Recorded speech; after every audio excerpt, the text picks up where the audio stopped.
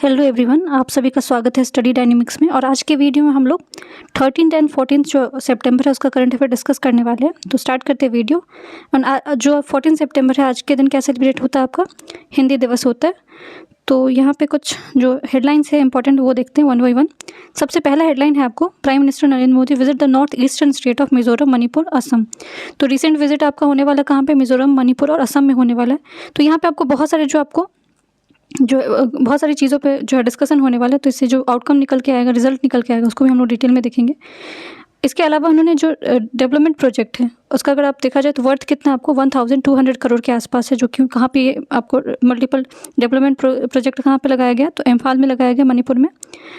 Next जो news है आपका, prime minister participate in the celebration to the mark of 100 birth anniversary of doctor Bhupen Hazarika in Guwahati. तो सबसे पहले आपको ये भूपेन हजारिका के बारे में ऑलरेडी मैंने बता रखा, आपको पीआईबी में आया हुआ था।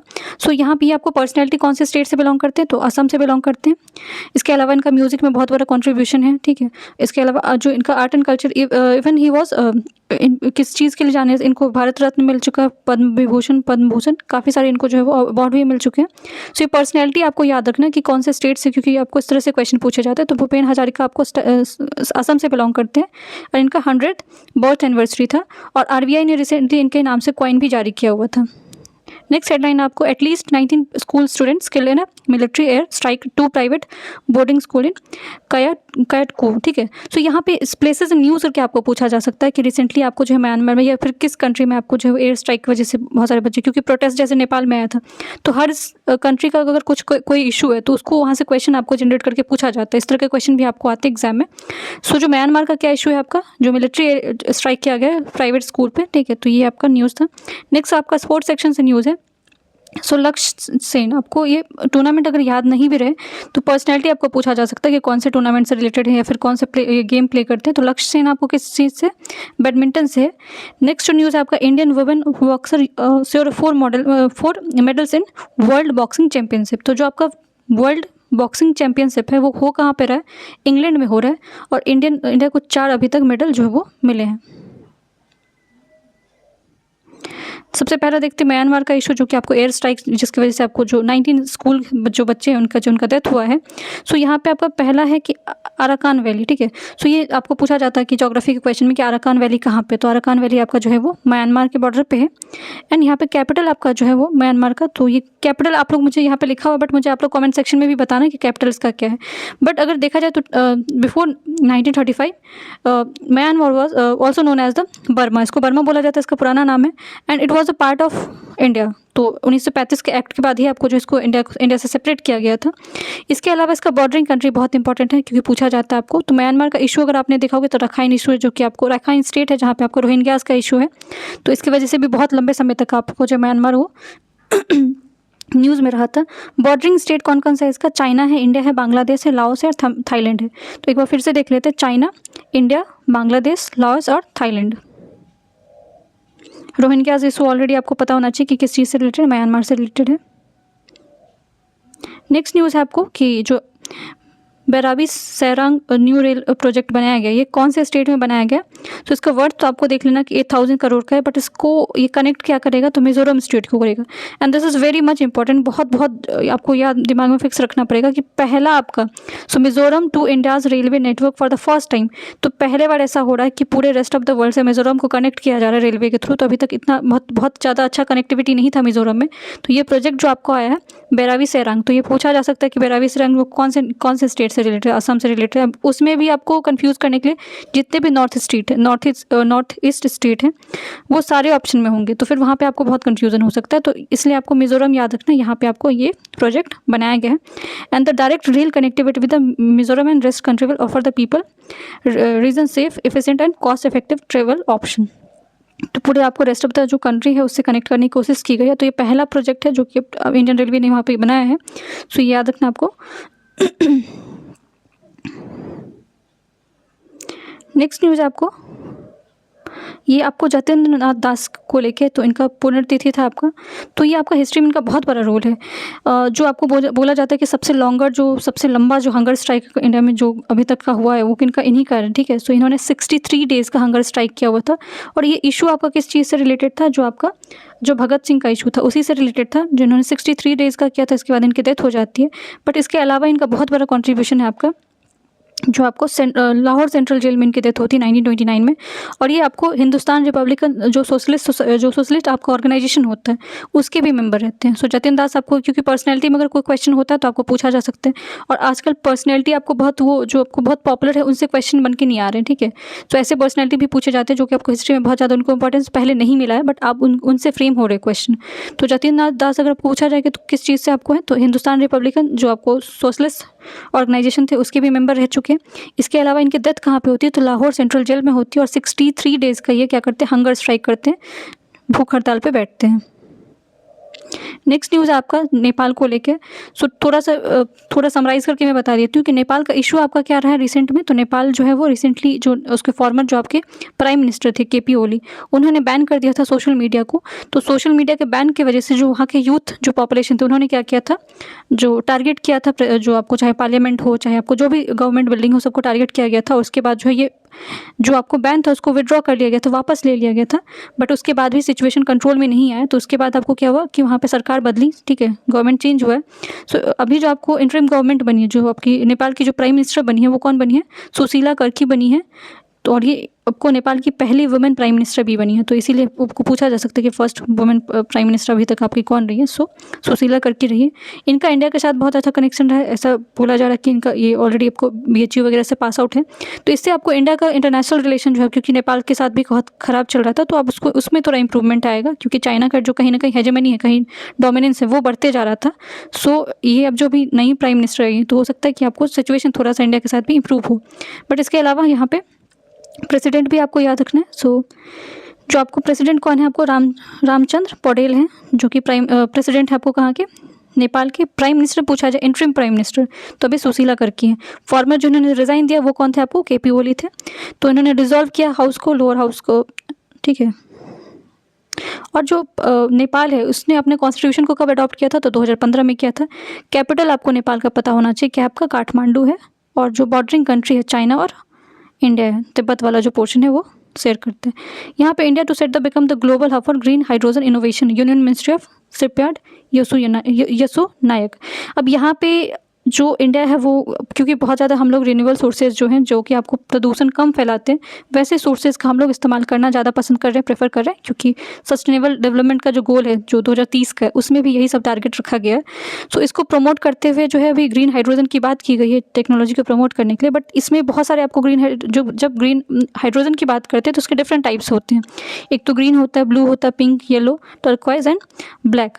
तो यहाँ पे 1 बाय 1 देख लेते हैं। जो ग्रीन हाइड्रोजन है वो उसमें आपको किस तरह से हाइड्रोजन जनरेट किया जाता है? तो इसमें रिन्यूएबल सोर्सेज का यूज़ किया जाता है, जो कि आपको इको फ्रेंडली है, जिससे आपको पॉल्यूशन बहुत कम आते हैं और नियरली आपको कार्बन जो है वो जीरो एमिशन की तरफ ही होता है। ब्लू हाइड्रोजन जो होता है उसमें आपको क्या किया जाता है? इसमें आपको कार्बन एमिशन होता है, कार्बन आपको रिलीज होता है बट इसको स्टोर कर लिया जाता है। नेक्स्ट जो आता है वो पिंक हाइड्रोजन होता है, जिसमें इलेक्ट्रोलाइसिस किया जाता है, इसमें न्यूक्लियर पावर का इस्तेमाल किया जाता है। येलो हाइड्रोजन, नाम ही येलो है, तो ये आपको सोलर एनर्जी का इस्तेमाल किया जाता है। और जो टर्क्वाइस है ये आपको बहुत रेयरली, आपको अभी तक पूछा नहीं गया एग्जाम में, बट मे बी कोई किसी एग्जाम में पूछ लिया जाए। सो टर्क्वाइस में इसमें क्या होता है? आपको मिथेन को स्प्लिट किया जाता है, जो CH4 है उसको स्प्लिट किया जाता है और इसमें आपको हाइड्रोजन रिलीज होता है। और ब्लैक जो हाइड्रोजन है वो आपको क्या होता है? इसमें कोल, या ब्लैक हो या ब्राउन हो, दोनों में आपको कोल का इस्तेमाल किया जाता है, कोयले का इस्तेमाल किया जाता है। तो इसमें सबसे बेस्ट आपका कौन सा? ग्रीन है, क्योंकि आपको इको फ्रेंडली है, इन्वायरमेंट फ्रेंडली है, इसमें प्रदूषण थोड़ा आपको कम आता है। ऑलरेडी मैंने आपको बता दिया कि 73 ईयर्स की हैं कौन? सुशीला कर्की, जो कि फॉर्मर चीफ जस्टिस ऑफ जो है वो नेपाल रह चुकी हैं और ये पहली आपको countries first women interim prime minister बनी हैं। नेक्स्ट न्यूज़ आपका नवीन चंद्र रामगुलाम को लेके। ये मॉरिशस के आपके क्या है? प्राइम मिनिस्टर हैं, जिन्होंने 8 दिन का विजिट किया था। कहाँ पे? इंडिया में विजिट किया था। और इन्होंने विजिट किया कहाँ पे? काशी विश्वनाथ धाम इन वाराणसी। तो काशी विश्वनाथ टेम्पल आपका कहाँ पे? वाराणसी में। और स्पिरिचुअल कैपिटल अगर आपको पूछा जाए, ठीक है, तो अगर स्पिरिचुअल कल्चरल कैपिटल पूछा जाए इंडिया का, तो कौन सा आपको? वाराणसी। यहीं पर इन्होंने विजिट किया। सो ये याद रखना। मॉरिशस आपका कौन से कॉन्टिनेंट का पार्ट है? तो ईस्ट अफ्रीकन जो है कॉन्टिनेंट का ही पार्ट माना जाता है, कंट्री है।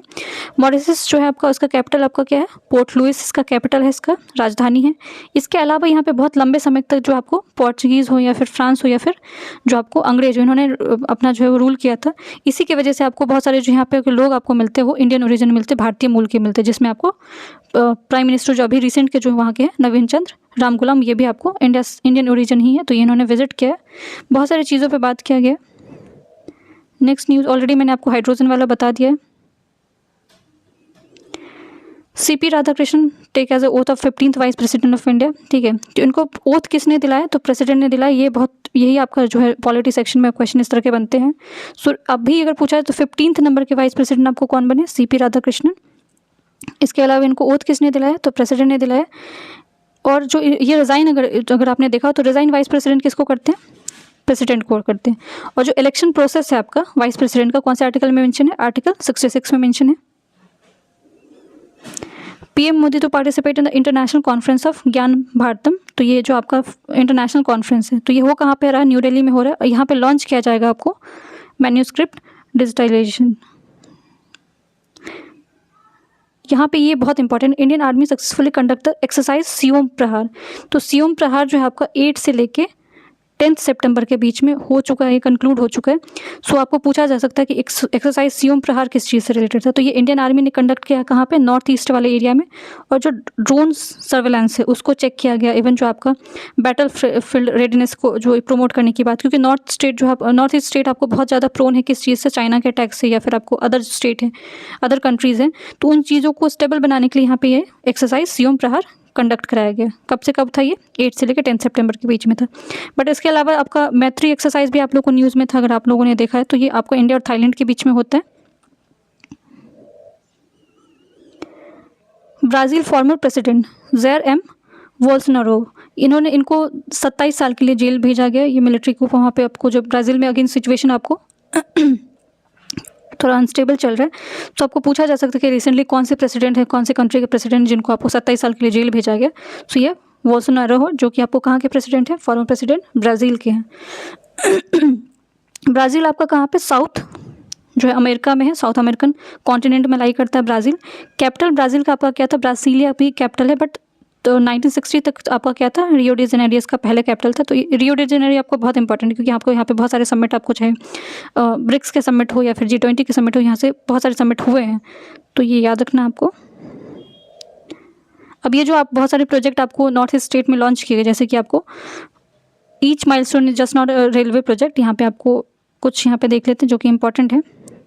मेघालय में first good unloaded at Mendipathar terminal. तो मेघालय में पहला आपको जो है गुड्स ट्रेन जो है लॉन्च किया गया, फर्स्ट पहला है, तो पूछा जा सकता है। मिजोरम में तो ऑलरेडी मैंने आपको बताया कि जो बेरावी सेरंग रेल लाइन है वो बनाया गया वहाँ पे। इसके अलावा असम में आपको क्या गया है? Haibargaon become the first Amrit station in north east. Arunachal Pradesh में जो है वो आपको trains began running on the electrification. तो ये इलेक्ट्रिक ट्रांसेक्शन, तो ये सब चीज़ें होने वाली है। नेक्स्ट आपका है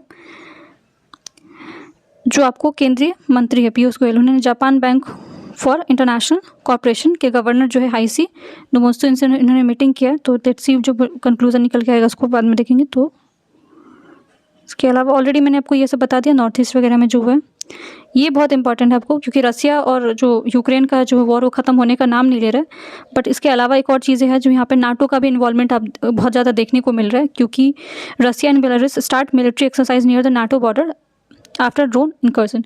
तो जो पोलैंड वाला बॉर्डर है आपका, वहाँ पे आपको ये रसिया और बेलारूस, क्योंकि रसिया और बेलारूस का काफ़ी अच्छा रिलेशन है, बट जो पोलैंड है आपका वो किसका पार्ट है? आपका नाटो का पार्ट है। तो थोड़ा नाटो के बारे में देख लेते हैं। नॉर्थ अटलांटिक ट्रीटी ऑर्गेनाइजेशन, ये आपका बना कब था? 1949 में बना हुआ था। इसमें टोटल अगर मेंबर पूछा जाए इसमें कितने सदस्य हैं, तो 32 सदस्य हैं। हेडक्वार्टर नाटो का कहाँ पे? ब्रुसेल बेल्जियम है इसका जो आपका हेडक्वार्टर है। इसके अलावा जो इसमें एक आर्टिकल बहुत इंपॉर्टेंट है आपको, आर्टिकल 5 अनुच्छेद 5 जो है आपको नाटो का बहुत इंपॉर्टेंट है, जिसके तहत ये है कि अगर मान लो कि कोई भी 32 कंट्री में से एक भी कंट्री पे अटैक होता है, तो जो बाकी 32 कंट्री हैं, जो आपको 31 कंट्री हैं, वो एक साथ मिलकर जो है वो उस कंट्री पे अटैक करेंगे, एनिमी कंट्री पे। तो यहाँ पे दोस्त का दोस्त और दोस्त का दुश्मन का दुश्मन, ये बड़ा इनका एक टैगलाइन रहता है। तो नाटो आपको याद रखना है कि 1949 में बना है, 32 टोटल मेंबर है। लेटेस्ट मेंबर अगर पूछा जाए तो स्वीडन इसके मेंबर है, और जो पोलैंड है ये भी इसका नाटो का पार्ट है। इसीलिए आपको बहुत ज़्यादा जो रिफ्ट जैसा आपको जो सिचुएशन है वो क्रिएट हो रहा है कहाँ पे, पोलैंड और रसिया के बीच में। और इसमें जो रसिया का जो साथ कौन दे रहा है, बेलारूस दे रहे हैं।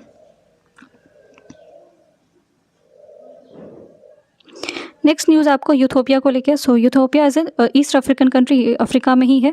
इसका कैपिटल आपका क्या है, अडीस अबाबा है। और यहाँ पे जो आपको ग्रैंड यूथोपियन रेनेसेंस डैम बनाया गया है। सो ये अफ्रीका का लार्जेस्ट हाइड्रो इलेक्ट्रिक प्रोजेक्ट है। तो ये बहुत इंपॉर्टेंट हो जाएगा कि आपको पूछा जा सकता है कि लार्जेस्ट अफ्रीका का लार्जेस्ट हाइड्रो इलेक्ट्रिक प्रोजेक्ट है, रिसेंटली कौन से कंट्री बनाया गया, तो यूथोपिया में बनाया गया। इसका नाम याद रखना आपको, या तो फिर यही पूछ दिया जाएगा कि रेनेसा डैम आपका कहाँ पे है, तो ये यूथोपिया में है।